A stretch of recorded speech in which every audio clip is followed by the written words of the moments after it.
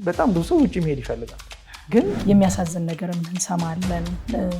ከክርስቲያኖችም ሰምቼ አውቃለሁ። ትልቅ ውሳኔ ወስኛለሁ ብዬ ማስበው ነገር እንዳልጠፋ ያደረገኝ ነገር ቶሎ ብዬ ቸርች ነው። በውጭ ሀገራት እንዴት ነበረ? ወጣትነት አለ፣ አዲስ ኢንቫይሮንመንት ነው። በዛ ውስጥ መንፈሳዊነትን ጠብቀህ ለመቆየት ምን ታደርግ ነው? ለመመለስም በጣም ገፍቶኝ ነበረ እዛ ያየሁት ነገር እና አንዳንዴ ራስሽንም ኩዌስችን ታደርጊያለሽ። እኔ የምከተለው ነገር ትክክል ነው እንደና የምትይበትም አጋጣሚዎች አሉ። በጎ አድራጎት ማድረግ የሚጠይቀው ነገር ነው። የተወሰነ ኢንፎርሜሽን ጨምጨምታ ሰማሁ እንጂ ይሄንን አርቅ፣ እንደዚህ አድርግ፣ ከዚህ ቀጥሎ ይሄ ነው ብሎ ማንም አለ። ራሴ እማራለሁ ብዬ ነበር የሄድኩት። ሰው የነገረኝ ኢንፎርሜሽን እና እዛ ሲሄድ ግን ተገላግጦሽ ኤምባሲ ያገኘኋቸው ልጆች ነበር የተወሰነ ኢንፎርሜሽን ሰጡኝ፣ ግን ሊነግሩኝም ፈቃደኛ አልነበሩ። እዛ ቤተሰብ ጋር ደወልኩኝ፣ እዚህ ልመጣ አልኳቸው። ማወቅ ያለባቸው ልጆቻቸውን የሚልኩ ወላጆችም ሆነ የሚሄዱ ልጆች ከተማ ውስጥ በተለይ ደግሞ እዚህ አዲስ አበባ ላይ በጣም ብዙ ሰዎች ተጭበረበሩ። አጭር ነገር ነው የሚፈልጉት፣ በጣም በአጭር በሾርት ከት በዚህ ብሎ ምናምን መጨራ። ስኮላርሺፕ እንደዚህ አይሆንምም አይሰራም። በውጭ ያሉት ከእናንተ ይልቅ ጠቢባን ናቸው ይላል እና ከኛ ልጆች ይልቅ በውጭ ያሉት ጠቢባን ሆነው ሲገኙ እናያለን። በውስጤ በጣም ቁጭት ያለ ለምንድን ነው ሰው የሚያውቀው ምንም እኮ ችግር አልነበረውም ብዬ ቲክቶክ ላይ ቪዲዮ መስራት ጀመርኩኝ። ጤና ይስጥልኝ የተወደዳችሁ የኒቆዲሞስ ሾው ተመልካቾች፣ የኒቆዲሞስ ሾው ነው። አዘጋጅና አቅራቢዋ ትዕግስት እጅጉ ነኝ። ዛሬ እንግዳ ይዤላችሁ መጥቻለሁኝ። በሳምንታዊ እንግዳ ፕሮግራሜ አብረን ቆይታ እንድናደርግ ጋብዛችኋለሁኝ። መልካም ቆይታ። ከ5000 በላይ አባወራ ከ20,000 በላይ ነዋሪዎች በሚኖሩበት ለቡ መብራት ኃይል በሚገኘው የዲኤምሲ ሪል ስቴት መንደር ውስጥ ለንግዶ ተስማሚ የሆኑ ዘመናዊ ሱቆችን እንደ ምርጫው ከ43 ካሬ እስከ 144 ካሬ በመረጡት የካሬ አማራጮች ይዘንሎት መጥተናል። ለሱፐር ማርኬት፣ ለፋርማሲ፣ ለካፌ፣ ለፀጉር ቤት፣ ለጂምናዚየምና ስፓ እንዲሁም ለተለያዩ አገልግሎት የሚሆኑ ሱቆችን በማስታወቂያ ዋጋ በታላቅ ቅናሽ እየሸጥን ነው። ግራውንድ ወለል ላይ ጀምሮ በ15% ቅድመ ክፍያ ማለትም ከ900 ሺህ ብር ጀምሮ በመክፈል አሁኑ ይመዝገቡ። ለበለጠ መረጃ ከታች ባለው ስልክ ይደውሉ። የተወዳጁ ተመልካቾቻችን በየሳምንቱ በዚህ ሰዓት እንግዲህ በኤልሻዳይ ቴሌቪዥን እና በኒቆዲሞስ ሾው ዩቲዩብ ቻናል በምትከታተሉት ፕሮግራሜ እንግዶችን ይዤ እንደመቀርብ ይታወቃል። ዛሬ ደግሞ ወጣት ባለራዕይ ይዤላችሁ መጥቻለሁ። እንግዳዬ እስጢፋኖስ አለማየሁ ይባላል። በጣም በወጣቶች ላይ የሚሰራና በወጣትነቱ ደግሞ ለእግዚአብሔር ክብር እና ለሰው ልጆች ጥቅም የሚሆኑ ነገሮችን እያደረገ ያለ ወጣት ነው። ዛሬ ከሱ ጋር በሚኖረን ቆይታ በውስጡ እግዚአብሔር ያስቀመጠውን ነገር የምንካፈል ይሆናል። እንዲሁም ደግሞ ለእናንተ ለልጆቻችሁ የሚጠቅምን ነገር ያጋራናል ብዬ አምናለሁኝ። በድጋሚ አብራችሁን ቆዩ። እንኳን ደህና መጣህ እስጢፋኖስ። እንኳን ደህና ቆይሽ። ወጣቶች እንደዚህ በጣም ሌሎችን የሚደግፍና ሌሎችን የሚረዳ ራዕይ ላይ ተሰማርተው ማየት በጣም ልብን የሚያሞቅ ነገር ነው። በተለይም የቤተክርስቲያን ልጆች በሁለንተናዊ መልኩ ሰውን የሚያግዝና የሚደግፍ ነገር ላይ ተሰማርተው ማየት በጣም ደስ ያሰኛል እና ዛሬ እግዚአብሔር አንተ ውስጥ ስላስቀመጠው ራዕይ እየሰራ ስላለህበት ሁኔታ፣ ስለ ወጣትነት እና መንፈሳዊነት፣ ዓላማን ፈልገው ስለማግኘት እና ሌሎችም ደግሞ ዓላማቸውን ፈልገው እንዲያገኙ ስለመርዳት፣ እነዚህ መሰሉ ነገሮችን እንጫወታለን። መጀመሪያ ግን እስኪ ከማን ጋር ነው የምታወራው ይላሉና እንግዶቼ፣ ማን ነው እስጢፋኖስ? የተወለደ ከጌታ ጋር እንዴት ተዋወቀ? የሚሉትን ነገሮች እናውራ። ያው ስሜ እስጢፋኖስ አለማየሁ ነው የሚባለው። የተወለድኩት አምቦ ነው። ከዛ ያው በአንዳንድ ነገሮች ምክንያት አዳማ መጣው። አዳማ ላይ የሃይስኩል ትምህርቴን እዛ ነው የጨረስኩት። እንዲሁም ደግሞ የዩኒቨርሲቲም አዳማ ሳይንስና ቴክኖሎጂ ነው ዩኒቨርሲቲ የተማርኩት። ሁሉንም ነገር ያደረኩት አዳማ ላይ ነው ከልጅነቴ ጀምሮ በነበረኝ ቆይታ ማለት ነው። ያው ልክ ዩኒቨርሲቲ ከመግባቴ በፊትም ያው አካዴሚካሊ ያው ምሰራው አሁን እሱ ላይ ስለሆነ ጥሩ ነበር፣ ጥሩ ባክግራውንድ ነበረ። ቤተሰብ ጥሩ አድርጎ ነበረ ከልጅነት ስለ ትምህርት ያለን ነገር ሲነግረን የነበረው።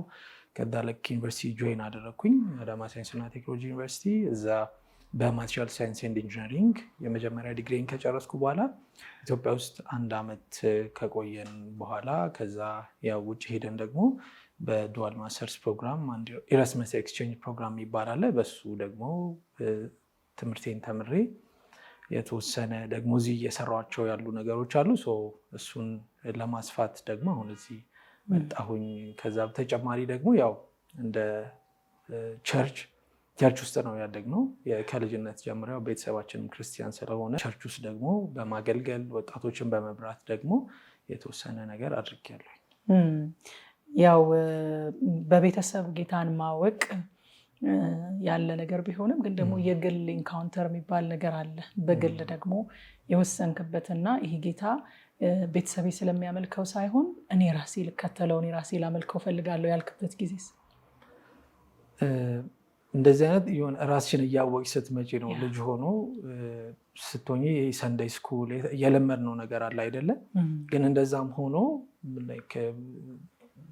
ደብተር ይዘን ጉባኤ ውስጥ ልጅ ሆኜም እንደዛ ነበር። እኔ ጉባኤ ውስጥ ደብተር ይዤ ባይብል ይዤ ቤተሰብ ሲሪየስ ነበር እና ግን በግል እንደዚህ እንትን ያልኩት ሃይ ስኩል እየገባው ስመጣ ለብቻ የጾም ጸሎት እንደዚህ አይነት ነገሮች ማድረግ ስጀምር ከዛ ባይብል በግሌ ማጥናት ስጀምር ያኔ አይ ቲንክ 10ኛ ክፍል 9ኛ ክፍል እያለሁ እግዚአብሔርን እያወቅኩት መጣሁኝና አይ ቲንክ በዛ እድሜ ላይ ነው ትዝ የሚለኝ እና እንደውም ትዝ ይለኛል 3 ቀን ምናምን ሳንበላ የጸለይንበት የጾም ጸሎት የገባንበት ጊዜ አለ። ከጓደኞቼ ጋር በጣም እንጸልይ ነበር። በጣም የእግዚአብሔርን ቃል እናነብ ነበረ።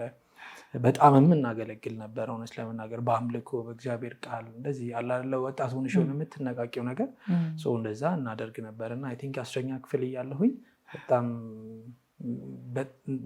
ብዙ ኢንካውንተሮች ነበሩ። እዛ ጋ ነው ማለት ነው። ይህንን ጥያቄ ጠየቁህ ለምንድን ነው? እኔ አሁን ከቤተሰቤ በወንጌላውያን አማኞች ቤተሰብ ውስጥ አይደለም ያደግኩትና ወደ ጌታ ስመጣ እንዴት ጌታ ፈልጎ ቢያገኘኝም ራሴ ደግሞ በግሌ ከጌታ ጋር የተነካካሁበትን መንገድ አውቃለሁኝ። መንገዴን ስቀይር የጠየቀኝን ዋጋ አውቃለሁኝ እና የኔ ልጆች ደግሞ ከኔ ነው እና ያንን የተቀበሉት። አሁን እንዳንተ በጌታ ቤት ያደጉ ልጆች ሳይ የኔ ልጆች ነው በአንተ ውስጥ ደግሞ እያየው እና ብዙ ሰዎችም ልጆቻቸውን በአንተ ውስጥ እንደሚያዩ አስባለሁኝ። በጌታ ቤት ማደግ፣ በቸርች ውስጥ ማደግ፣ በአገልግሎት ውስጥ ማደግ አሁን ባለው ህይወትህ ላይ ምን አይነት ተጽዕኖ አሳርፏል ትላለህ? ያው በእግዚአብሔር ቤት ማደግ ያው የዚህ ዓለም ነገር ኦልሬዲ ለፍተሽ ደክመሽ የፈለገ ነገር ብትሆኚ ሀብታምን ብትሆኚ ዝነኛም ብትሆኚ ዋቴቨር ምንም በህይወትሽ ስኬታማ ብትሆኚ ያው ጌታ ከሌለሽ ባዶ አይደለ? ለእኔ እንደ ወጣትም ደግሞ ቤተክርስቲያን ውስጥ እንዳደገ ሰው ሁሉ ነገር ምንጩ እሱ እንዲሆን አድርጎኛል።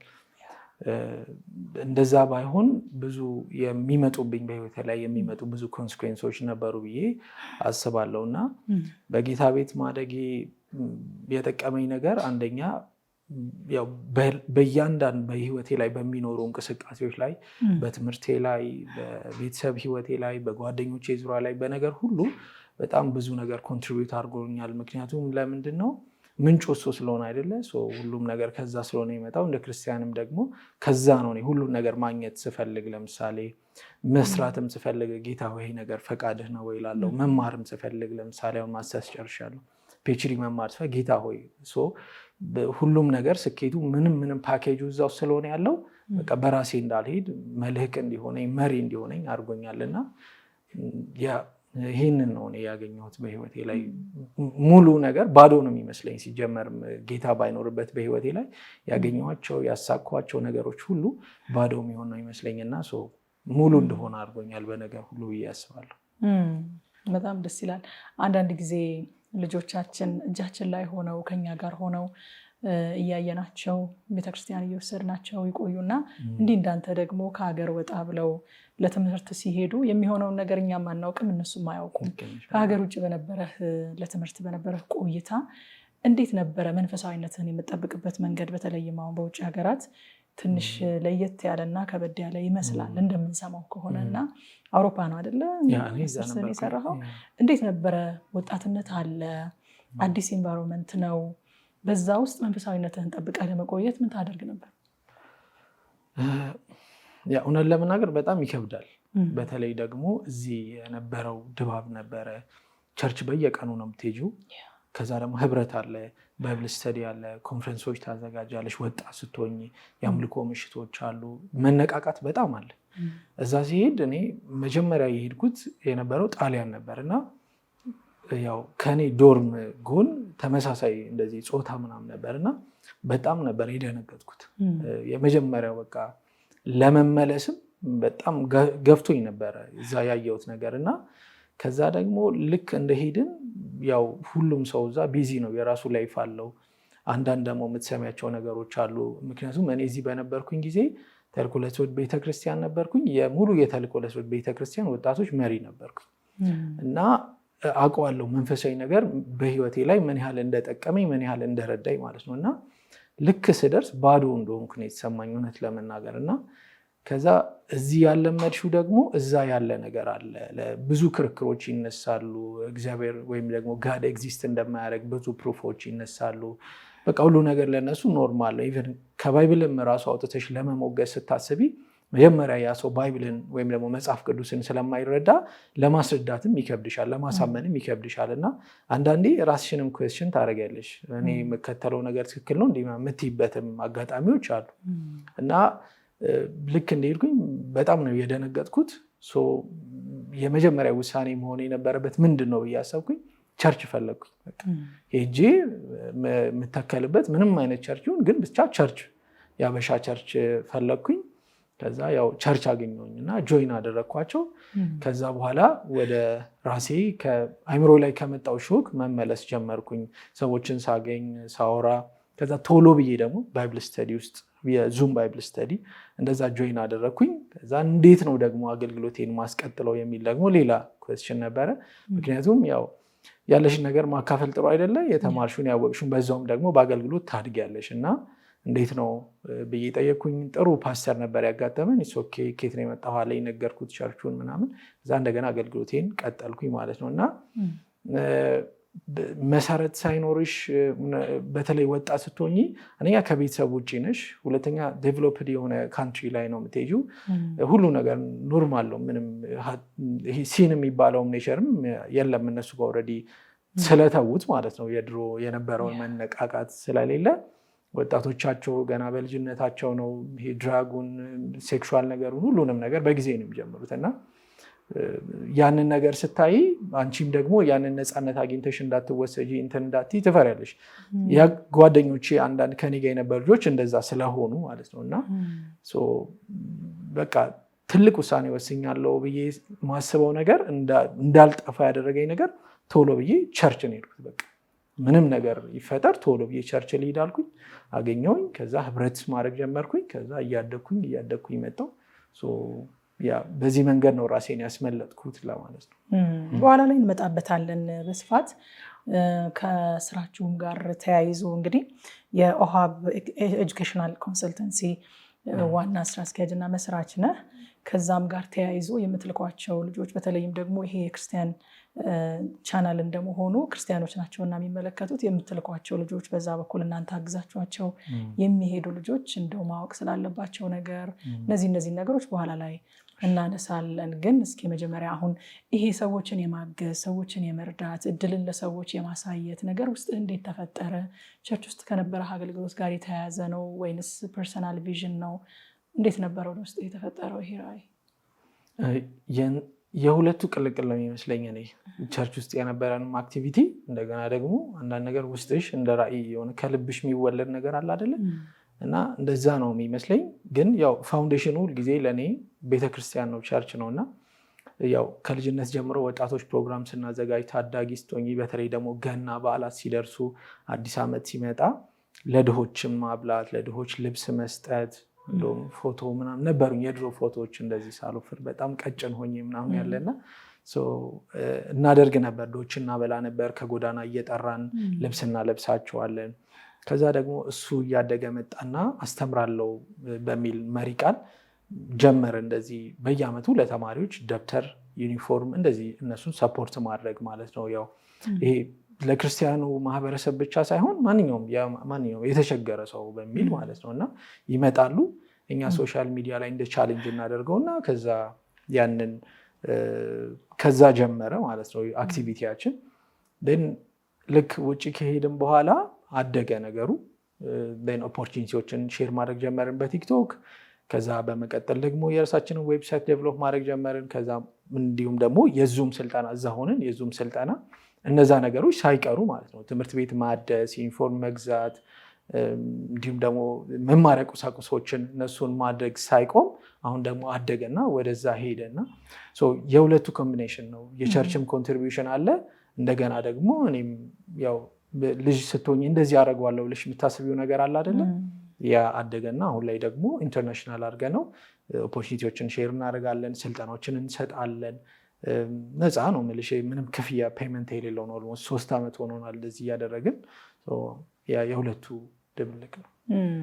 መቼስ ክርስቲያን የሆነ ሰው ሁሉ መልካም ማድረግ እንዳለበት ያስባል፣ መልካም ማድረግ እንዳለበት ያውቃል፣ ያቅዳልም። ግን ቀን እንቀጥራለን የሆነ ነገር ሲሆንልኝ የሆነ ነገር ሲሳካልኝ ብለን የምንቀጥራቸው ጊዜዎች አሉና አንዳንድ ጊዜ ደግሞ በእድሜያችን ማታም ይመስለናል በጎ አድራጎት ውስጥ መሳተፍ የምንጀምረው። አንዱ በጣም ያንተን ፕሮፋይል ሳይ ትንሽ አቴንሽንን የያዘው ነገር በዚህ ወጣትነት ከዚህም ቀድሞ እንግዲህ አሁን ካለህበትም እድሜ ቀድሞ በጎ ነገር ለማድረግ መጀመር ይቻላል ለካ። ምንድነው የሚጠይቀው በጎ ማድረግ? አሁን አንተና ጓደኞች ምን አሟልታችሁ ምን ሞልቶላችሁ ነው ወደ በጎ አድራጎት የገባችሁት? ብዙ ቀጠሮ የሚቀጥር ሰው ስላለ እኔም ጭምር ቀጠሮ ስለምንቀጥር በጎ አድራጎት ማድረግ የሚጠይቀው ነገር ምንድን ነው? አይ ቲንክ ልብ ይመስለኛል። ያው ለሰው ያለሽ ልብ ነው። ለምሳሌ ልጅ ሆኜ እኔ ላላቀው እችላለሁ። ለምሳሌ ወይ ከኔ ታላላቅ የነበሩ ሰዎች ሲያደርጉት አይቼ ወይ ደግሞ ቤተሰብ ሰው ሲቸገር ሲረዳ ምናምን አይቼ ሊሆን ይችላል። ግን በተለይ ይሄ ሀብ የሚለውን ኦፖርቹኒቲ ሀብ የሚለውን ነገር ቢሆን ከልቤ ነው የመጣው። በቃ ለምን ሰው አላግዝም? እውነቴን ነው የምልሽ። እና ሰውን ለምን አላግዝም የሚል ነገር ለምን ሳይ በጣም የኢንፎርሜሽን ጋፕ አለ። ሰው የሚያውቀውን አይናገርም። ለምን እንደሆነ አላውቅም እኔ። እና የምታውቂውን ነገር ሼር ማድረግ ደግሞ አንደኛ አንቺም ታድጊበታለሽ፣ ሌላ ሪሰርች እንድትሰሪ ያደርግሻል፣ ሌላ ማቴሪያሎችን እንድታነቢ ሰው ይጠይቅሻል። ለዛ እንደዛ እንድታደርጊ ያደርግሻል። እና እኔ ይሄ ነገ ከነገ ወዲያ ምናምን የሚባል ሳይሆን የግድ የሆነ ትልቅ ነገር ማድረግ አይጠበቅብንም። በዙሪያችን ብዙ ሰዎች ይኖራሉ። አሁን እኔ እንደ ምሳሌ የኛን አረኩ እንጂ ይሄ ከልብ ጋር ያለ ነገር ነው። እኔ ቁጭቱም ስለነበረኝ ነው። ለምን መጀመሪያ ልክ ወደ ታሪኬ የሚጀምረው እንዲሁ አይ ቲንክ ሼር ባደረገው ለብዙ ሰው ይጠቅማል ብዬ አስባለሁ። 1 ዓመት ግራጁዌት እንዳደረግኩኝ ጣሊያን ላይ አገኘሁኝ የትምህርት እድል ማለት ነው። እና አግኝቼ ጣሊያን ላይ ምን አይነት ፕሮግራም አለ? ዘ ራይት ቱ ስተዲ የሚባል ፕሮግራም አለ። አድሚሽን ያገኘ ተማሪ ሁሉ የሎ ኢንከም ፋሚሊ ከሆነ ያንን ፕሩፍ ከቀበሌ በማምጣት ለጣሊያን ገቨርንመንት ያሳያል። የተወሰነ ፕሮሲጀሮች አሉት። ያንን ካሳየሽ በኋላ የጣሊያን ገቨርንመንት ፉሊ ፈንድድ የሆነ የነፃ የትምህርት እድል ይሰጥሻል። የአንቺ ቱዊሽን ፊ፣ አኮሞዴሽን ሁሉ ነገር ተሸፍኖልሽ ማለት ነው። እና ልክ እኔ አድሚሽን ካገኘው በኋላ ይህንን ፕሮሲጀር አላቅም፣ ምንም አይነት ኢንፎርሜሽኑ አልነበረኝም። እና ኤምባሲ ሄድኩኝ። ስፖንሰር የሚያደርገኝ ሰው ነበረ። ያንን ስፖንሰርሺፕ ፎርም ይዤ ሄድኩኝ እና ኤምባሲ ያገኟቸው ልጆች ነበሩ። አሁራን እንዴት ነው ጣሊያን ጥሩ ነው ወይ ምናምን፣ እነሱ ጓደኞች እዛ ስለነበራቸው የተወሰነ ኢንፎርሜሽን ሰጡኝ። ግን ሊነግሩኝም ፈቃደኛ አልነበሩ። እና ይሄም ዘ ራይት ቱ ስተዲ የሚባለው ሪጂናል የሚባለው ስኮላርሺፕ ፕሮግራም እንዳለ አላቅም። ልክ ቪዛውን አገኘሁኝ። ከዛ ቸርች ውስጥ በነበረኝ አክቲቪቲ ምናምን ተደገሰ። ቤተሰብ ታውቂያለሽ፣ ውጭ ስቴጅ በጣም ደስ ይለዋል። እና ፕሮግራም ተዘጋጅቶ ምናምን በጣም ቀውጢ ፕሮግራም ተዘጋጅቶ ሄድኩኝ።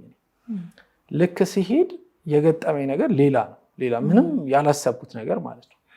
ልጆቹ እዛ ጋር ኤምባሲ ሲያገኙኝ ለእኔ ቢነግሩኝ ምንም ችግር አልነበረውም እውነት ለመናገር ማለት ነው። እና ልክ እዛ ሄድኩኝ። እንደዚህ አይነት ስኮላርሺፕ ፕሮግራም እንዳለ እያወቁ ለእኔ አልነገሩኝ። ግን እዛ አገኘኋቸው ልጆቹ። አትሊስት ቢነግሩኝ ያንን የድህነት ሰርተፍኬት ይዤ መጣና እኔ እዛ ከሄድኩ በኋላ ዴድላይኑ ስላላለፈ አፕላይ አረግ ነበር። ግን ፕሮሲጀሩን ስላላወቅኩኝ ሰውንም ስላልወከልኩኝ እዚህ ሄድኩኝ። ግን የጠበቅኩት ሌላ ነገር ሆነ። ቤት ማግኘት አልቻልኩም። ስኮላርሺፑንም አላቅም። ራሴ እማራለሁ ብዬ ነበር የሄድኩት። ሰው የነገረኝ ኢንፎርሜሽን እና እዛ ሲሄድ ግን ተገላቢጦሽ ነው። ኤክስፔክት የሚደረግብኝ ቱዊሽን ፊ አለ፣ የተወሰነ ኢንፎርሜሽን ጨምጨም ታሰማው እንጂ ይሄንን አድርግ እንደዚህ አድርግ ከዚህ ቀጥሎ ይሄ ነው ብሎ ማንም አልነገረኝም። ቤት አጣሁኝ። የሆነ አንድ ፒኤችዲ ተማሪ ሊወጣ ሆነ ከሃውሲንጉ ሌላ ቦታ ሊገባ ማለት ነው። እና እኔ ሆስቴል ነበር የነበርኩት። ሰውየው በቃ ትገባበታለህ አለኝ። እዛ የሆነ ልጅ በመሃል ገባና ሆስቴልን ቆይቼ ቤት እየፈለግኩኝ ነበረ። በመሀል ከጀርባ ይመጡ ልጁ ገባ ማለት ነው። እንደገና ቤትን ፍለጋተው ከዛ ቤተሰብ ጋር ደወልኩኝ። እዚህ ልመጣ ነው አልኳቸው። ከዛ በቃ አንተ የምትፈልገውን ወስን፣ በቃ እኛ እናስጨንቅህ ምናምን አሉኝ። ባየው የሚሆን ነገር አልነበረ። ከዛ ትቼው መጣሁ። እዚህ የነበረ እንትን ነበረ። ታውቂያለሽ አበሻ ደግሞ አስቸጋሪ ነው በጣም ያው እንደ ኮሚኒቲ ሰውን እንትን ማለት ምናምን እንትን እንላለን እና የተወሰነ ያክል ጊዜ ከቤት አልወጣም ነበር እውነት ለመናገር። ምክንያቱም አንዳንዱ የሄድክ እኮ አልመሰለው ወደዛ ማለት ነው። አንዳንድ ሰው በራሱ ፕሌን የተመለስከው ምናምን ይለኝ ነበር። የዋሻው ነበር የመሰላቸው ምናምን። አንዳንድ ሰዎች ደግሞ ሰው በባህር ሄድ የለ እንደ አንተ ለምንድን ነው የተመለስከው ምናምን አሉኝ ማለት ነው። ግን ቁጭት ገባብኝ ውስጤ እና ሰው የሚያውቀውን ኢንፎርሜሽን ለምን አይናገርም? እኔ ከልጅነቴ ጀምሮ ውጭ መማር ወዳለሁ። ቪዥን ቦርድ ሰራለሁ ምናምን እንደዚህ ኤክስፖዠር ማግኘት ወዳለሁ በጣም እና ፎርዚር እያለው ነበር እንደዚህ አይነት እድሎችን ስሞክር የነበረው። ኢንተርቪዎችን እገባ ነበር። ፋይናል ይሄ ሲሳካልኝ ምንም አይኔን አላሸው በቃ ሄዳለሁ ምናምን ብዬ ሄድኩኝ። ከዛ ከመጣሁ በኋላ አንድ ሳምንት ቤት ተኛኝ፣ ተደበቅኩኝ ምናምን። ግን ጸለይኩኝና ደግሞ ያው እግዚአብሔር አቅም ሰጠኝና እንደገና ወጣሁኝ። ከዛ ያው እግዚአብሔር ደግሞ አያሳፍርም፣ የተናገረውን ነገርም ይፈጽማልና ድጋሚ አፕላይ ያደረግኩኝ 1 ዓመት ሙሉ ከቤት ሳልወጣ ማለት ነው። ዱዋል ማስተርስ ፕሮግራም አሁን የነገርኩሽን በፉሊ ፈንድድ የሆነ የስኮላርሺፕ ፕሮግራም አገኘሁኝ ማለት ነው። ውስጤ በጣም ቁጭት ያዘኝ። ለምንድን ነው ሰው የሚያውቀው? ምንም እኮ ችግር አልነበረውም ብዬ ቲክቶክ ላይ ቪዲዮ መስራት ጀመርኩኝ ማለት ነው። ያው እንቅስቃሴው ከዚህ ነው የጀመረው። ከዛ ቫይራል ወጣ ቪዲዮ፣ የኔ ቪዲዮ ነበረ። በዛ ዓመት ላይ ብዙ ተማሪዎች ትክክለኛ ኢንፎርሜሽን አገኙና ጣሊያን ብዙ ተማሪዎች ሄዱ። በጣም ብዙ ተማሪዎች ማለት ነው።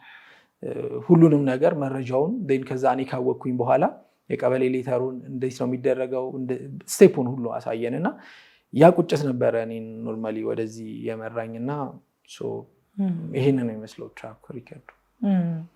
እንደዚህ መልካም እድሎች ሲኖሩ ከማሳየት ጋር በተያያዘ ወይም ከበጎ አድራጎት ጋር በተያያዘ የምትሰሯቸው ስራዎች አሉና እንደው ከዛ መካከል የተወሰኑ እስኪ የማትረሳቸው ሰክሰስ ስቶሪዎችን ብትነግረን። ያው አሉ ብዙ ሰዎች ቪዲዮ ምናምን የሚልኩልኝ ተደስተው ምናምን ማለት ነው። እና ግን አሁን በቅርብ የሰማሁት ታሪክ አለ። ልጁ አይ ቲንክ ስለ እህቱ ነው የሚነግረኝ፣ ዋትሳፕ ላይ ነው የሚጽፍልኝ እና በጣም ብዙ ቦታ ሂደን ይላል ቴክስቱ ነው ተጭበርብረዋል ሰዎቹ ማለት ነው። እና ሰው በራሱ ማድረግ የሚችል አይመስለውም አንዳንድ ጊዜ። ኦፍኮርስ ኮንሰልት ማድረግ አሪፍ ነው፣ ማማከር አሪፍ ነው። ግን ሊንኩን ደግሞ ካገኘሽ የራስሽን ሪሰርች ምናምን ሰርተሽ እንትን ማለት እና አፕላይ ማድረግ ጊዜ ካለሽ ሪከመንድ የሚደረግ ነገር ነው። ባለሙያ ጋር መሄድም ጥሩ ነው እውነት ለመናገር። እና አይ ቲንክ በጣም ብዙ ሞክረው ያው ተጭበርብረዋል ሰዎች ጋር ምናምን። ምንድን ነው የሚለው ቴክስቱ ላይ በጣም ብዙ ቦታ ሄደን እንደዚህ ተጭበርብረን ነበረ። መጨረሻ ላይ ግን ያንተን ቪዲዮ አይተን አፕላይ አድርገን ልጅቷ አሁን ካናዳ ነው የምትገኘው እና በቤተሰባችን ውስጥ የፈጠርከው ደስታ ከምታስበው በላይ ነው እና የሚል ነበር ቴክስቱ ማለት ነው። እኔ ከልጅቷ አልፎ ቤተሰብ ላይ የነበረው ነገር በጣም የእውነት ለመናገር ቃላት አይገልጸውም። እና አንድ ደግሞ እሱ ደግሞ ባልየው ነው አፕላይ የሚያደርግላት። ሚስትየዋ ቢዚ ነች ቀን ይደክማትና መታተኛለች። ያው ልጆችም አይ ቲንክ አላቸው። ላይቭ ላይ መጥቶ ነው የሚመሰክረው እሱ እና አንድ ካናዳ ላይ በማስተርካርድ ፋውንዴሽን ፈንድ የሚያደርገው የስኮላርሺፕ ፕሮግራም ነበር እና እሱ ያው ህይወት ከብዷቸዋል ካለው ነገር አንጻር ሰርተዋል፣ ብዙ ደስተኞች አይደሉም ምናምን እና ልጅቷ ግን በጣም ጎበዝ ተማሪ ናት። አይኤልቲኤስ ትፈተናለች፣ ጥሩ ውጤት ታመጣለች። አይኤልቲኤስ ተፈትና ከጨረሰች ምናምን በኋላ እሱ ነው አፕላይ የሚያደርግላት። ስኮላርሺፑን አግኝታ ካናዳ ሄደች ማለት ነው። አሁን እሱም ፋሚሊ ሪዩኒየን ጠይቀው አይ ቲንክ ሊሄድ ነው እና የእነዚህ ሁለት ታሪኮች በጣም ከአይምሮ አይጠፉም። በህይወታቸው ላይ የመጣውን ነገር ሲነግሩኝ ምናምን በጣም በቃ ያ ደስ የሚል ነገር ነው። በጣም ደስ ይላል። ጀስት ኢንፎርሜሽን በመስጠት የሰውን ህይወት እንዴት ኢምፓክት ማድረግ እንደሚቻል በጣም ደስ የሚል ነገር ነው። ስለ ኦሃብ ንገረን እስኪ። ኦሃብ እንዴት ተመሰረተ? የምትሰጧቸው አገልግሎቶች ምን ምንድን ናቸው? ሰዎች እናንተ ጋር ሲመጡ የሚያገኙት ነገር ምንድን ነው? ኦሃብ ያው የመጀመሪያ አብሪቬሽን ነው እና ኦፖርቹኒቲ ሀብ እንደማለት ነው፣ የእድሎች ስብስብ እንደማለት ነው። ኦሃብ ሁለት እንትኖች አሉት ዲፓርትመንቶች። አንደኛው ቅድም እንደነገርኩሽ ቮለንተሪ የምንሰራበት ነው። ነፃ ስልጠናዎችን መስጠት እንዲሁም ደግሞ ኦፖርቹኒቲ ሼር ማድረግ፣ ለተማሪዎች አፕሊኬሽን ፊ መክፈል፣ እንግሊዝኛ ፕሮፊሸንሲ ሲፈተኑ አቅም ከሌላቸው እነሱን እንደዚህ ሰፖርት ማድረግ፣ ደብተርና ዩኒፎርም በየአመቱ መስጠት፣ ትምህርት ቤቶችን መገንባት፣ ይሄ አንደኛው ክፍል ነው። ሁለተኛው ደግሞ አሁን አዲስ አበባ ላይ የራሱን ኮንሰልቲንግ ካምፓኒ በተለይ ደግሞ በትምህርት ላይ ይሰጣል። ምንድን ነው የሚሰጠው? ከመጀመሪያ ከዩኒቨርሲቲ መረጣ አፕሊኬሽን ፕሮሰሱን ሙሉ እስከ መጨረሻ ቪዛ ሴኪውር እስከማድረግ እና አፍተር ዲፓርቸር ደግሞ እዛ ሄደው ቅድም የነገርኩሽ አይነት ነገር ደግሞ እንዳያጋጥማቸው ካውንስሊንግ እንሰጣለን። አዲስ ኢንቫይሮንመንት ስትገቢ የሚያጋጥም ነገር ስለሆነ ማለት ነው። አንድ እሱ ነው። ሁለተኛ ደግሞ ያው የእንግሊዝኛ ቋንቋ መፈተኛ ቴስት ሴንተር አለን። ዱኦሊንጎ ነው ለጊዜው የምንሰጠው። አሁን ግን የአይኤልቲኤስም እንዲሁም የቶፍልም ቴስት ሴንተሩን ብቻ ነው። ምክንያቱም ያው የሚያስፈተነው ብሪቲሽ ካውንስል ነው። ግን ኦንላይን ለሚፈተኑ እንደዚህ የዱኦሊንጎ ቴስት ሴንተር መፈተኛ አለን። እንዲሁም ደግሞ ፕሪፓሬሽንም አይኤልቲኤስም ዱኦሊንጎ መዘጋጀት ለሚፈልጉ ፕሪፓሬሽን ክላስ እንሰጣለን። ሌላ በተጨማሪ ጀርመንኛ ቋንቋ ደግሞ መማር ለሚፈልጉ ኮንሰልተንት እናስተምራለን። በኦንላይንም ሃይብሪድም ቦዝ ማለት ነው። እና ከፉሊ ፈንድድ አንስቶ እስከ ፓርሻሊ እና እስከ ሰልፍ ፈንድድ ፕሮግራሞች በዩኤስ፣ በካናዳ፣ በአውሮፓ፣ በቻይና፣ በራሽያ እንዲሁም አፍሪካ ውስጥ መማር የሚፈልግ ካለ በአፍሪካ ውስጥም ኮንሰልት እናደርጋለን።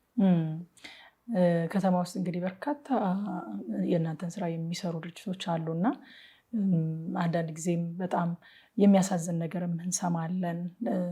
ከክርስቲያኖችም ሰምቼ ያውቃለሁ በቅርብ ቀን ራሱ እና እንደዚህ አሁን ወደ ኦሃብ ሰዎች ቢመጡ ምንድን ነው የእናንተ ልዩነት? የኛ ልዩነት ምንድን ነው? የኛ ልዩነት ያው አንደኛው ያው እኔ ኤክስፒሪየንስ አድርጌዋለሁ፣ አውቀዋለሁ በልምድ ወይ ደግሞ የሆነ በቲዮሪ ምናምን ማውቀው ነገር ሳይሆን አፕሊኬሽን ፕሮሰሱን አውቀዋለሁ። አንደኛ ያው በእውቀት ነው የምንሰራው ነው ባጭሩ፣ ከሞቲቬሽን አንስቶ ከሲቪ ሙሉ አፕሊኬሽን ፕሮሰሳቸውን። ምክንያቱም መጀመሪያኛ ፕሪቫሉዌሽን አለን።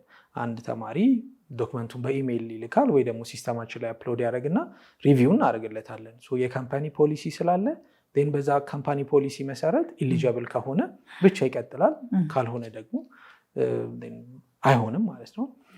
ሁለተኛ ያው እንዳልሽው ከተማ ውስጥ በተለይ ደግሞ እዚህ አዲስ አበባ ላይ በጣም ብዙ ሰዎች ተጭበርብረዋል። ያው የሚታወቅ ነገር ነው፣ መንግስት የሚያውቀው ነገር ስለሆነ ማለት ነው። ግን ምንድነው አንዳንድ ጊዜ ትንሽ ወጣቶቹም ላይም ወይም ደግሞ ቤተሰብ ላይም ችግር አለ ብዬ እኔ አምናለሁ። ሰው በጣም ዴስፕሬት ነው ኦፍኮርስ ከሀገር ለመውጣት ምናምን ይፈልጋል፣ በተለይ ወጣቱ አሁን ማለት ነው። ግን አንዳንድ ጊዜ የራሳችንንም ደግሞ ኢንቨስቲጌሽን መስራት የራሳችን ሪሰርች ማድረግ ደግሞ አይ ቲንክ አስፈላጊ ነው ብዬ ግዴታም ነው። አንድ ወጣት ለምሳሌ ዲግሪ ያለው ሰው ወይ ደግሞ አንደርግራድ የሚማር ሰው ምንም ነገር ከመጀመሩ በፊት ኦኬ ለምሳሌ ካናዳ ስራ አለ ሲባል የምር አለ ወይ ብሎ ማየት ያስፈልጋል። ኢሜይላቸው ክፍት ነው። ለምሳሌ የካናዳ ኤምባሲ ኢሜይል ለመመለስ ፌስቡክ ፔጃቸው ላይ ብዙ ጊዜ ይለጥፋሉ፣ ፍራውድ ነው አትሸወዱ ምናምን እያሉ እንትን ይላሉ። እና ሰዎች ምንም ነገር ከማድረጋቸው በፊት አሁን የኤአይም ዘመን ነው፣ የጉግል ላይ ሰርች ብናደረግም ኤምባሲዎች አሉ እዚህ ደውሎ ቼክ ምናምን ይቻላል። እና አንድ እነሱ ነው እና እንደዛ ማድረግ ይቻላል ማለት ነው። በሁለተኛ ደረጃ ያው እኛ ኮንትራት አለን፣ ሌጋል የሆነ በህግ ፊት የጸና ሌጋል ኮንትራት አለን። ያ ኮንትራት ካምፓኒው ቢያጠፋ ወይም ደግሞ ግለሰቡ ቢያጠፋ ያ ኮንትራት ስላለ በመሀላችን ምንም አይነት ችግር አይፈጠርም። እና እኛ ደግሞ የጀመርነው መጀመሪያ ለእንትን አይደለም፣ እውነት ለመናገር እንደነገርኩሽ ሰው ነው ፑሽ ያደረገኝን አሁን ኮንሰልታንሲ እንድንከፍት ማለት ነው እንጂ ሀሳባችን መጀመሪያ ኦፖርቹኒቲ ሼር ማድረግ ነው። ሀሳብም አልነበረንም እንደዚህ ሰዎች እንትን እንዲሉ ምናምን። እና በእኛ ካምፓኒ ከሚሄድ ሰው ይልቅ እንደውም ቮለንተሪ ፕሮግራሙ ተጠቅሞ የሚሄድ ሰው ይበልጣል። እና ያ ስለሆነ መጀመሪያችን አሁን ሰዎች መጥተው ምናምን እንትን የሚለው ምናምን እንደውም እኛ ነን አሁን እንደ ካምፓኒ እንደውም 2 ኬዝ አጋጥሞኛል አሁን እኔ እንደዚህ ከመጭበርበር ጋር ተያይዞ ማለት ነው። እና እንደውም በህግ ምናምን ይዘነው ነው መጨረሻ ላይ ብራችን በቼክ ምናምን የተመለሰው። ኦፖዚት ነው እኛ ጋር እንጂ ሰው ማጭበርበር ምናምን አላስበውም። እንዲሁም ራሱ ባህር ማዶ መሄድ የሚፈልጉ ልጆች ያሉን ሰዎች ዛሬ ከአንተ ጠንካራ ምክር እንሰማለን ብዬ አስባለሁ። እንደው ማወቅ ያለባቸው ልጆቻቸውን የሚልኩ ወላጆችም ሆነ የሚሄዱ ልጆች ማወቅ ያለባቸው ከመንፈሳዊ ነገርም አንጻር ከሌሎች ነገሮችም አንጻር ቀድሞ ሊዘጋጁበትና ሊያውቁት የሚያስፈልግ ነገር የምትላቸውን ነገሮች እስኪ ሼር አድርገን። የመጀመሪያው ያው ሰው ራዕይ ያስፈልገዋል አይደል? ቪዥን ያስፈልገዋል። መማርም ከፈለገ ለምንድን ነው መማረው ብሎ ማሰብ መቻል አለበት። ያው ሰው ውጭ የሚያስበው ለትምህርት ሄደ ለምንም ሄደ ሁሉ ነገር ቀላል አድርጎ ነው ሰው የሚያስበው። ከምንም ነገር በፊት እኔ አንድ ኬዝ አጋጥሞኛል ከዚህ ከቪዥን ጋር ተያይዞ ማለት ነው። ልጁ ውጭ መውጣት በጣም ይፈልጋል እና አገኘ ኢታሊ ላይ ይሄ ሪጂናል የሚባለው የስኮላርሺፕ ፕሮግራም እና ግን ለመውጣት ብሎ ብቻ ስለሆነ ልጁ ያደረገው እዛ ከሄደ በኋላ ዲፓርትመንቱንም አልፈለገውም። በቃ የሚፈልገው ነገር አይደለም ያጋጠመው። አንደኛ የማትፈልጊውን ነገር ስትማሪ በጣም ነው ቦሪንግ ይሆናል ራሱ እና ዲፕሬሽን ውስጥ ገባ። ሼር ያደረገኝን ነው የምነግርሽ። እና መኖሪያ ፈቃዱን ካገኘ በኋላ እዚህ መጥቶ የኦርቶዶክስ ስለነበረ ጸበል ገብቶ ራሱን አገግሞ ምናምን እንደገና ተመልሶ ሄዶ ራሱን አሳምኖ ማለት ነው። እና መጀመሪያ ቤተሰብም ቢሆን ወይም ደግሞ ራሱ ግለሰቡም ቢሆን ውጭ ከመሄዱ በፊት ለምንድን ነው የሚሄደው ብሎ መጀመሪያ ማሰብ መቻል አለበት። ግዴታ መሄድ አስፈላጊ ላይሆን ይችላል። እንደ ክርስቲያንም ደግሞ እዚህ ያለንበትን ቦታ በቂ ሆኖ ሊገኝ ይችላል። እውነቴን ነው የምልሽ። ያው ሁሉም ውጭ የሚሄደው አንደኛ ለመማር መሄዳለ፣ ራሱን ለመለወጥ መሄዳለ። ራሱን ለመለወጥ ብሎ ራሱን የሚያጣ ሰው ስላለ ማለት ነው። ወጣት ስንሆን ደግሞ ውሳኔዎቻችን ዋይዝ መሆን አለባቸው። የመጀመሪያው አላማችን ምንድን ነው? መማር ከሆነ አላማችን ወይ ደግሞ ሌላ ነገር ከሆነ አላማችንን ፊገር አውት ማድረግ ያስፈልጋል። አላማችን የሚሳካው ትምህርት በሚባል ድራይቪንግ ፎርስ ከሆነ ኦፍኮርስ ሄዶ መማር አሪፍ ነው። ምክንያቱም ኤክስፖዠር ስለምናገኝ ማለት ነው። ኢንተርናሽናል ኮሚኒቲ እናያለን፣ ዓለም እንዴት እንደሚያስብ እናያለን። አብረናቸው የምንውል ሰዎች ደግሞ የብዙ ሀገር ዜጋ ስለሚሆን እውቀት ትለዋወጫለሽ ምናምን። ግን የግዴታ ደግሞ በትምህርት መሆን አይኖርበትም። የግዴታ ውጭ መሄድ ላይኖርብን ይችላል። የመጀመሪያው ፊገር አውት ማድረግ ያስፈልጋል። በቃ እኔ ለትምህርት ነው ወይ የተፈጠርኩት? በቃ ዓላማዬ ምንድን ነው? ያ ዓላማዬን ደግሞ ትምህርት ሰፖርት ያደርገዋል። ካልሆነ ቅድምን ያልኩሽ አይነት ነገር ሊፈጠሩ ይችላሉ ማለት ነው። አንድ እሱ ነው። በሁለተኛ ደረጃ ደግሞ ያው ተገቢውን የሆነ ሪሰርች መስራት ነው። ሰው ውጭ መሄድ ይፈልጋል። ያው የሚያጋጥመኝ በጣም ብዙ ሰው ውጭ መሄድ ይፈልጋል። ግን ሊንክ ሰተሽው ቁጭ ብሎ ኮምፒውተሩን ከፍቶ አይቶ፣ ምክንያቱም ኢንቨስትመንት ነው። ዞሮ ዞሮ ስኮላርሺፕ ጊዜሽን፣ እውቀትሽን፣ ገንዘብሽን ኢንቨስት አድርገሽ ከዛ እርን የምታደርጊበት ነገር ነው። የሚከፍልሽ ነገር ነው። ዞሮ ዞሮ ይከፍልሻል። እና ያንን ነገር ኢንቨስት ለማድረግ ዝግጁ መሆን አለብን። ኢንቨስት ማናደርግ ከሆነ ምንም የሚመጣ ነገር የለም። እውነቴን ነው የምልሽ። እኔ ቀደም እንደነገርኩሽ 1 ዓመት ሙሉ አሁን እንደዚህ ሰዎች መንገድ ላይ ሲያገኙ ኦኬ እንደዚህ ነው ስህተቱ ይሄን አስተካክል ምናምን ስለው የሆነ በአጭር ጊዜ ያመጣሁት የሚመስለው ሰው አለ። ግን ኦልሞስት እኔ ከ4th year ጀምሮ ውጭ እስከሚሄድ ድረስ ከዛ በኋላ እስካሁንም ድረስ አለሁበት እዚህ ስራ ላይ ማለት ነው። እና ኢንቨስት ራሳችን አፕላይ የምናደርግ ከሆነ ነገሮቻችንን ኢንቨስት ለማድረግ ዝግጁ መሆን አለብን። ለምሳሌ እንግሊዝኛ ቋንቋ ፕሮፊሸንሲ የሚያስፈልግ ከሆነ ጊዜያችንን ወስደን ማጥናት አለብን። ታይም ፕላን ምናምን አውጥተን ማለት ነው። ሊንኮች ስናገን ቁጭ ብለን ሪሰርች ሰርተን የራሳችንን አንብበን አጥንተን ከዛ በኋላ አፕላይ ማድረግ ነው። እነዚህ 2 ነገሮች የሚያዙ ከሆነ ምንም የማይሳካበት ምንም ምክንያት የለም ብዬ ነው እኔ ተስፋ ማደርገው። ግን ያሁን ጀነሬሽን ደግሞ በቃ አጭር ነገር ነው የሚፈልገው። በጣም በአጭር በሾርት ከት በዚህ ብሎ ምናምን መጨራረስ ነው። ስኮላርሺፕ እንደዚህ አይሆንምም አይሰራምም። ማንበብ ይጠይቃል አፕላይ ሲደረግ። ምክንያቱም መጽፊያቸው ሞቲቬሽኖች አሉ፣ ሲቪዎች አሉ፣ ኢሴ አሉ። እነዛ ነገሮች ጊዜ ወስዶ አንብቦ መስራትን ይጠይቃል። እና እነዚህን ነገሮች ለማድረግ ዝግጁ መሆን አለብን። ከምንም ነገር በላይ ግን እኔ የምፈልገው ምንድን ነው የሚለው ነገር በጣም አስፈላጊ ነው። አለዛ እውነት እኔ ብዙ ተማሪዎች በዙሪያ ስለነበሩ ራሳቸውን ያጡ ልጆች አውቃለሁ። እኔ በቃ ትምህርቱን አቋርጠው ስደት ወደ ዩኬ ወደ የሆነ ቦታ ምናምን የሄዱ ሰዎች ማለት ነው። ግን የወጡት ለትምህርት ነው ገባሽ? ሲያዩት ግን አልወደዱትም። እውነት እኔ ፈልገዋለሁ ያንን ነገር የሚለውን ነገር በደንብ መጸለይ ያስፈልጋል። እግዚአብሔርን መጠየቅ ያስፈልጋል እንደ መንፈሳዊ ሰው። ከዛ ደግሞ ያው ፍላጎታችን ሁልጊዜ የውስጥም ደግሞ ነገር ምስክርነትም ስለሚኖር ዞር ብለን ደግሞ ጊዜ ወስደን ራሳችንን ማየት ያስፈልጋል። በጣም ትልቅ ነገር ነው ያካፈልከን። በተለይም ደግሞ ወጣቶቻችንን አስመልክቶ ቤተክርስቲያን ውስጥ ያሉ ወጣቶች በተለያየ ነገር ተይዘው አሁን ላይ ስለነጋቸው የሚያስቡበትና እንደዚህ ትኩረት ሰጥተው እንዳሁን እንዳልከው ሪሰርች የሚያደርጉበት ጊዜ እየጠበበ ያለ ይመስላል። ቢዚ የሚያደርጋቸው ነገር ወጣቶቻችንን በጣም ስለበዛ ማለት ነው። እንደውም መጽሐፍ ቅዱስ እንደሚናገረው በውጭ ያሉት ከእናንተ ይልቅ ጠቢባን ናቸው ይላል እና ከኛ ልጆች ይልቅ በውጭ ያሉት ጠቢባን ሆነው ሲገኙ እናያለን። ለምሳሌ እናንተ እጃችሁ ላይ የገባውን እድል ሶሻል ሚዲያውን እንዴት ለመልካም ዓላማ ተርጉማችሁ እንደተጠቀማችሁበት እያየን ነው። አሁን ደግሞ የኛ ወጣቶች የራሳችን ልጆች ደግሞ ሶሻል ሚዲያው ላይ ሆነው እያደረጉ ያሉትን ነገር እያየን ነው እና እስኪ ከሶሻል ሚዲያ አጠቃቀም አንጻርስ ወጣቶቻችን እንዴት አድርገው ያንን ለመልካም እድል መጠቀም ይችላሉ? ትንሽ ከባድ ነው የአሁን ጀነሬሽን እውነት ለመናገር እና የምናያቸው ምሳሌ የሚሆኑን ሰዎች ትንሽ እኛ ሀገር ላይ መስመሩን እየሳተ ይመስለኛል። እኔ በተለይ አሁን ላይ ማለት ነው እና አስፈሪም ይመስለኛል ወደፊት። ግን ኮንሱም የምናደርገውን ነገር በተለይ እንደ ቤተሰብም ማለት ነው እና ኮንሱም የምናደርገውን ነገር ብንጠነቀቅ ብዬ ተስፋ አደርጋለሁ። ያው ኮንሱም ከማድረግ ክሬቲቭ መሆን ይሻላል እውነት ለመናገር። ያው ዝም ብሎ ስክሮል እያደረጉ ከማየት ይልቅ ሶሻል ሚዲያ ላይ የራስን ኮንተንት መስራት የሚለው ነገር እሱ የተሻለ ነው የሚሆነው። ግን የምንከተላቸውን ሰዎች አንደኛ ከሶሻል ሚዲያ አጠቃቀም ጋር ተያይዞ ጥንቃቄ ማድረግ ያስፈልጋል። እኔ ለምሳሌ አንድ ቲክቶክ ላይቭ ላይ ያለ ሰው ስታይ ኢትዮጵያ ውስጥ 10,000 ሰው 2,000 ሰው ምናምን ዝም ብሎ ማይረባ ነገር ቁጭ ብሎ ሲያይ እናያለን እና ያው እንደ ሀገርም ቢሆን ይሄ ነገር ችግሩ ሴንሲቲቭ የሆኑ ኢሹዎች አሉ እዚህ ሀገር። ለምሳሌ እምነት ሲሆን፣ ይሄ ዴቲንግ ሲሆን፣ ፖለቲካ ሲሆን በጣም ኮንሱም ይደረጋል ኢትዮጵያ ውስጥ። ግን እና ኢንተርቴንመንትም ሲጨመርበት እና እነዚህ 4 ነገሮች ባላንስ ማድረግ ያለብን ይመስለኛል። በቃ ባላንስ ማድረግ ባለብን ነገር ላይ ባላንስ ማድረግ አለብን። እምነት ብቻውን ለወጣቱ አይጠቅምም። ይሄ ዴቲንግም ለወጣቱ አይጠቅምም። ኢንተርቴንመንቱም ሁሉም ነገር ባላንስ ካልሆነ በጣም አስቸጋሪ ነው የሚሆነው እና ፊድም የምንደረገው 10,000 ሰው አንድ ሰው ዝም ብሎ ማይረባ ነገር ሲያወራ የሚታይ ከሆነ ግን ያ የሚያየው ወጣት ነው። እንግዲህ አሁን የኔ ፎሎወሮች ብዙዎቹ ከ17 እስከ 31 ዓመት ነው የሚያሳየኝ አናሊቲክሱ ማለት ነው እና የምንከተለውን ሰው ማወቅ መቻል አለብን። ምክንያቱም የገባ ነገር ስለሆነ ተመልሶ የሚወጣው አንድ እሱ ነው። ሁለተኛ ደግሞ ሁሉም ሶሻል ሚዲያ ላይ ላይወጣ ይችላል ነው እንትናችንን ማወቅ መቻል አለብን።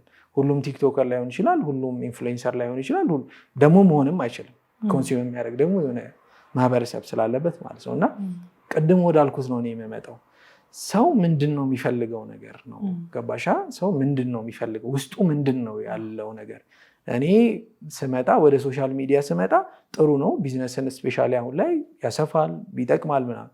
ግን መምጣት አለብኝ ወይ? እኔ ቲክቶክ ላይ መጥቼ መስራት አለብኝ ወይ? ምንድን ነው አላማዬ?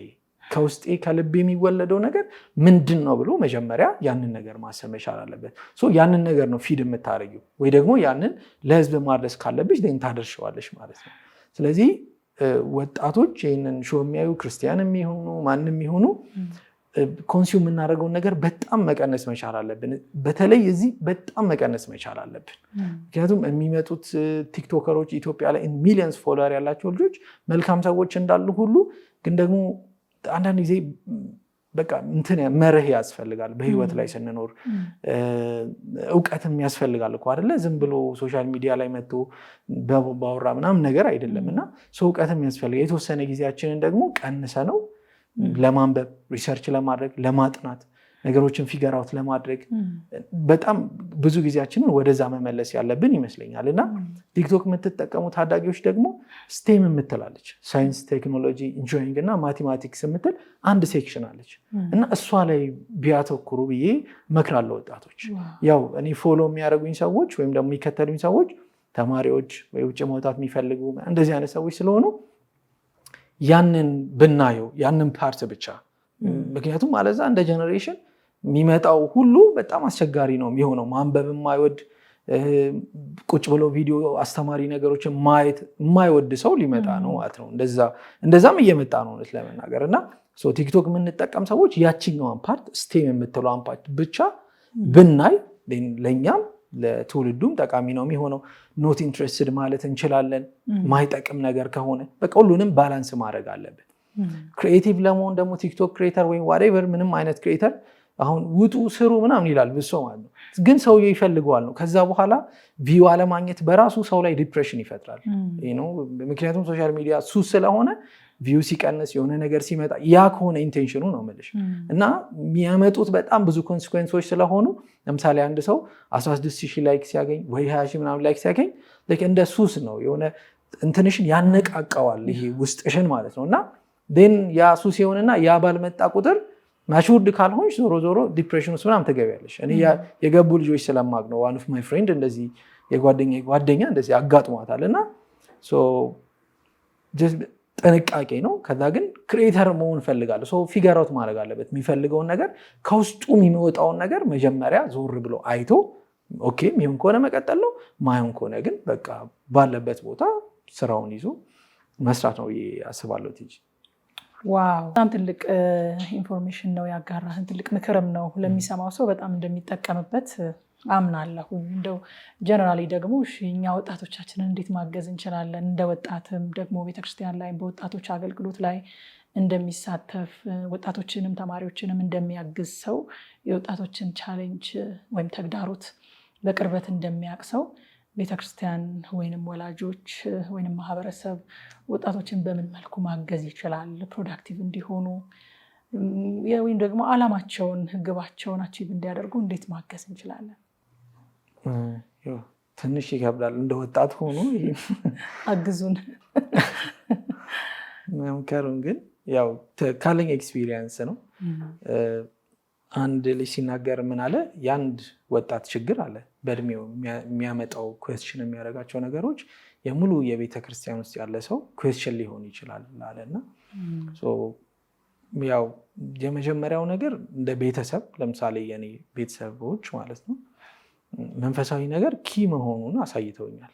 ቁልፍ ነገር መሆኑን በቃ ከዛ ውጭ ምንም አይነት መፍትሄ እንደሌለ ምንም አይነት በቃ ወዴትም ዞር ብትይ ዞሮ መፍትሄ ያለው እዛ ጋር እንደሆነና የመጀመሪያው እግዚአብሔርን ማስቀደም ቤተሰብ ማስለመድ አለበት ብዬ አስባለሁ።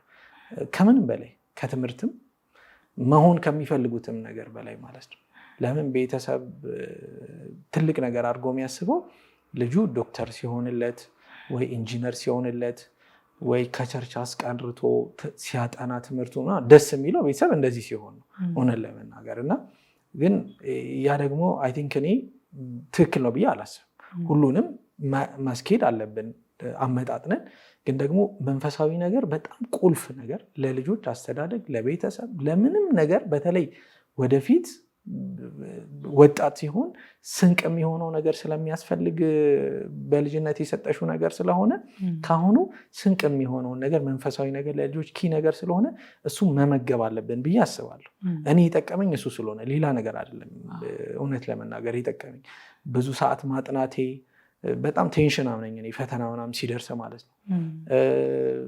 የሆነ ሶሻል ሚዲያ ላይ መምጣቴ ምናምን አይደለም። በጣም የጠቀመኝ ነገር በቃ መንፈሳዊ ነገር ነው። በእግዚአብሔር ቤት ማደግ፣ ቃሉን ማጥናት፣ ከወንድሞች ጋር ህብረት ማድረግ፣ መጸለይ፣ በቃ እነዚህ ነገሮች በጣም ጠቅሞኛል። እኔ የእውነት ነው የምልሽ እዛም ሄጄ እንዳልጠፋ ሌላ ነገር እንዳላደርግ ምናምን ያደረገኝ ቅድም እንደነገርኩሽ እዚህ ጋር የነበረኝ ፋውንዴሽን ነው እና ልጆቻችንን ከስር ጀምሮ የልማድ መንፈሳዊነት ምናምን ሳይሆን ቅድም እንደተናገርሽው በቃ እውነተኛ እግዚአብሔር ማን ነው የሚለውን ነገር እንዴት ማደግ አለብን፣ ምን አይነት አቋም ያስፈልገናል፣ ክርስትናችን እንዴት ነው፣ ከሌሎች እምነቶች እንዴት እንለያለን። ምክንያቱም እያደግን ስንመጣ ኩዌስችን የምናደርገው ነገር የምናየው ሶሻል ሚዲያ ላይ እንትን እያለ እየሰፋ ስለሚመጣ እነሱን ነገሮች መሰረት ማስያዝ አንደኛው እሱ ነው ብዬ አስባለሁ። ሁለተኛ ደግሞ ለሶስተኛ ጊዜ ልደግሞ ነው በዚህ ኢንተርቪው ላይ ልጆች ምንድን ነው መሆን የሚፈልጉት? አሁን እኔ ከልጅነቴ ጀምሮ ሳይንቲስት መሆን እፈልጋለሁ እል ነበር ቤት ውስጥ እና እናቴ ትሆናለህ ነው የምትለኝ፣ አትሆንም አትለኝም። ቪዥን ቦርድ ምናምን ሰርቼ ዋይት ቦርድ እንደዚህ ቤቴ ውስጥ አለ ስለጥፈው አንድ ቀን እንትን ብሎኝ አቁም አውርድ እንደዚህ ምናምን ብሎኝ አያውቁም። አስሎንጋስ መንፈሳዊ ነገሬን ኪፕ አድርጌ እሱን መጀመሪያ ካላረኩት ምንም ችግር አልነበረውም ልልሽ ፈልጌ ነውና ቅድሚያ መንፈሳዊ ነገርን ከሰጠን በኋላ በሁለተኛ ደረጃ ደግሞ አላማቸውን ፊገር አውት እንዲያደርጉ አለዛ መጽሐፍም የሚለው ጀስት አላማ ከሌለሽ መጥፋት አይደል ወዴት እንደምትሄጂ አታውቂውም። አሁን እኔ አንቺ ጋር ስመጣ ከቢሮዬ መስቀል ፍላወርና አልሽኝ እንዴት እንደምመጣ የትኛውን ትራክ መከተል እንዳለብኝ አውቃለሁ። ሶ መንፈሳዊ ነገር ጋይድ ያደርገናል፣ መንገድ ያሳየናል፣ በዚህ ሂዱ በዛ ሂዱ ይለናል። ኢቨን አላማውን ራሱ ፊገር አውት ለማድረግ የሚረዳን ምኑ ነው? መንፈሳዊ ነገሩ ነው። ስለዚህ ሁለተኛ ላይ አላማ ላይ ፎከስ ማድረግ ቪዥን ያስፈልገዋል፣ ሰው ራዕይ ያስፈልገዋል፣ ወዴት እንደሚሄድ ማወቅ መቻል አለበት። ስለዚህ እሱም ሁለተኛ ነው። ከዛ ደግሞ ያንን መመገብም ደግሞ ያስፈልጋል። በመንፈሳዊ አላማውን በመንፈሳዊ ነገር መመገብ ያስፈልጋል። እንዲሁም ደግሞ በኖርማል በማንበብ ኢንፎርማል ፎርማል የሆነ ኤዱኬሽን ፕላትፎርሞች ስላሉ በእነሱ ደግሞ መመገብ ያስፈልጋል። ለምሳሌ አንድ ሰው ቅድም እንዳልኩሽ ዶክተር መሆን ቢፈልግ ወይ ደግሞ ፋሽን ዲዛይን ማጥናት ቢፈልግ ዶክተር መሆን የፈለገ ሰው መቼስ ሌላ ነገር አያጠናም ወይ ቀረጻ ምናምን አያጠናማ፣ ዶክተርነቱን ነው የሚያጠናው። ፋሽን ዲዛይን የፈለገ ሰው የሚውለውም ሰው ፋሽን ከሚሰራ ሰው ጋር ነው። ምንውላቸውን ቅድም ሶሻል ሚዲያ ላይ እንዳነሳ ነው ምንከተለውን ምናየው በዙ ስለሆነ ምንመግበው ማለት ነው። እና እነዚህ ነገሮች ካደረግን አይ ቲንክ ቤተሰብ እነኚህ ነገሮች በደንብ አመጣጥ ነው መስጠት ከቻለ ሆፕፉሊ ያው እግዚአብሔር ደግሞ ተጨምሮበት ጸሎትም ተጨምሮበት ጥሩ ነገር ይኖራል ብዬ ተስፋ አደርጋለሁ። እንግዲህ እኔ ኤክስፒሪየንስ ያደረኩት ይሄንን ስለሆነ መቼስ እኔ ዛሬ ለራሴ ነው እየጠየቅኩ ያለሁት። እንደኔ ደግሞ ልጆች ያሏቸውና ልጆቻቸውን ለእግዚአብሔር ክብር ደግሞ ለሰውም ጥቅም ማሳደግ የሚፈልጉ ወላጆች ዛሬ ብዙ ጠቃሚ ነገር እንደሰሙ አንዳንድ ጊዜ ከራሳችሁ መስማትም እኮ ይሻላል። እኛ ዝም ብለን እንዲህ ነው እያለን ከምናወራ እንዲህ ነው የምንፈልገው የሚለውን ከወጣቶቻችን አንደበት መስማትም ትልቅ ነገር ነው ብዬ አስባለሁኝ። እኔ እንግዲህ ከአንተ ማወቅ የምፈልጋቸው ነገሮች እነዚህ ነበሩ። አንተ ግን የመጨረሻ መልእክት ካለ ማስተላለፍ የምትፈልገው ለወጣቶችም ሆነ ይሄንን ለሚመለከቱ ሰዎች ሁሉ ማስተላለፍ የምትፈልገው መልእክት ካለ ድረስ። በመጀመሪያ አመሰግናለሁ ቲጂ። ያው እንደዚህ አይነት ፕላትፎርሞች ተዘጋጅተው በተለይ ደግሞ ለወጣቱ እንደዚህ አይነት ሜሴጅ እንዲተላለፍ እድሉን ስለሰጠሽን እኔም ደግሞ ኦሃብም ደግሞ ቴንኪው ማለት ይፈልጋል። ከዛ በመቀጠል ግን ለወጣቶቻችን ማለት የምፈልገው ያው መንፈሳዊነትን በጣም ትኩረት ብናደርግበት መፍትሄው እሱ ጋር ስለሆነ ያለው በተለይ አስቸጋሪ ዘመን ላይ ነን ያለ ነው። እየመጣው ያለው ነገር ትንሽ አስቸጋሪ ነው የሚሆነው እና መፍትሄም ያለው እውነታም ያለው ፈውስም ያለው መከናወንም ያለው እሱ ውስጥ ስለሆነ ማለት ነው እና ሶሻል ሚዲያ ላይ ሚሊየንስ ፎሎወር ማግኘት ወይ ደግሞ አሁን እንደምናስበው ደግሞ በአጭር መንገድ ገንዘብ ማግኘት ወይ ደግሞ ባለስልጣን መሆን ዞሮ መጨረሻው ባዶ ነው የሚሆነው፣ ምንም ትርጉም የለውም እና ያንን ነገር መንፈሳዊ ነገሮቻችን ላይ ብናተኩር ወደ ተመልሰን ቤተሰቦቻችን ሲያደርጉ የነበረውን ያንን ትራክ ሪከርድ ዞር ብለን አይተን ወደዛ ብንመለስ መልካም ነው ብዬ ተስፋ አደርጋለሁ። ሁለተኛ ውጭ መሄድ የምናስብ ያው የኛ እንትኑ ፕላትፎርሙ እሱ ስለነበረ ለምንድን ነው የምንሄደው የሚለውን ነገር ፊገር አውት ብናደርገው እሱ መልካም ነው ብዬ አስባለሁ፣ ከመሄዳችን በፊት ማለት ነው እና እነዚህ ነገሮች ብናደርግ መልካም ነው። ቅድም ተናግሬዋለሁ። ከምንም በላይ ደግሞ ሰው አላማ ያስፈልገዋል። አላማ ይኑራችሁ። ኮንሱም የምታደርጉትን ነገር ጥንቃቄ አድርጉ። ምክንያቱም ያ ካልሆነ ግን በጣም ከባድ ነው የሚሆነው እና እባካችሁ ኮንሱም የምታደርጉትን ሶሻል ሚዲያ ላይ ቀንሱ። የሚጠቅመን ነገር ላይ ብቻ ጊዜያችንን እውቀታችንን ኢንቨስት ብናደርግ ያው ስኬት ብዙ ከባድ አይደለም እና ያንን የምንፈልገውን ነገር ለማምጣት ሁሉም ሰው ስለሆነው እኛ አዲስ ነገር አለ የምንጀምረው እና ማምጣት እንችላለን ነው። አመሰግናለሁ። እኔም በጣም አመሰግናለሁኝ። ራዕይን ነው ያካፈልከን፣ ምክርን ነው የለገስከን። ደግሞ ብዙዎችን ሰዎችን ለማገዝና ለመርዳት ውስጣችንን እንዳነቃቃ አምናለሁኝ። እንግዲህ ይህንን ፕሮግራም የሚከታተሉ ተመልካቾች ሁሉ ልጆቻቸውን ባህር ማዶ መላክ ቢፈልጉ ወይንም ደግሞ ወጣቶች ሆነው መሄድ የሚፈልጉ ካሉ ወንድማችንን ማማከር ትችላላችሁ። ስክሪኑ ላይ በምታገኙት አድራሻ ደውላችሁ ኦሃቦችን ልታገኟቸውና ልታማክሯቸው ትችላላችሁ። እንግዳችን ስለሆንክ ስቱዲያችን መታሰብን ስላጋራህን በጣም እናመሰግናለን። እግዚአብሔር ያክብርልኝ። የተወዳችሁ ተመልካቾቻችን የዛሬ ፕሮግራም ይህንን ይመስል ነበረ። በሚቀጥለው ሳምንት ከሌላ እንግዳ ጋር ጠብቃችኋለሁኝ። አዘጋጅና አቅራቢዋ ትዕግስት እጅጉ ነበርኩኝ። መልካም ሳምንት። የዲኤምሲ ሪል ስቴት ቪአይፒ ብሎክ በ10% ቅድመ ክፍያ ብቻ ለሽያጭ ማውጣታችን ስናበስሮ በታላቅ ደስታ ነው። በለቡ መብራት ኃይል ከቻድ ኤምባሲ አጠገብ በልዩ ዲዛይን የምንገነባቸው አፓርትመንቶች እነዚህን አካተዋል። ሰፋፊ ባልከኒዎች፣ ውብና ዘመናዊ የከተማ እይታዎች፣ ኦፕንና ክሎዝድ ኪችን፣ 4 መኝታ ክፍሎች ከ5 መታጠቢያዎች ጋር እነዚህንና ሌሎችን አካቶ በያዘው ቪአይፒ ብሎክ ከዝቅተኛ ወለል ጀምሮ በ10% ቅድመ ክፍያ ብቻ የቤት ባለቤት ይሁኑ። ለበለጠ መረጃ ከታች ባለው ስልክ ይደውሉ።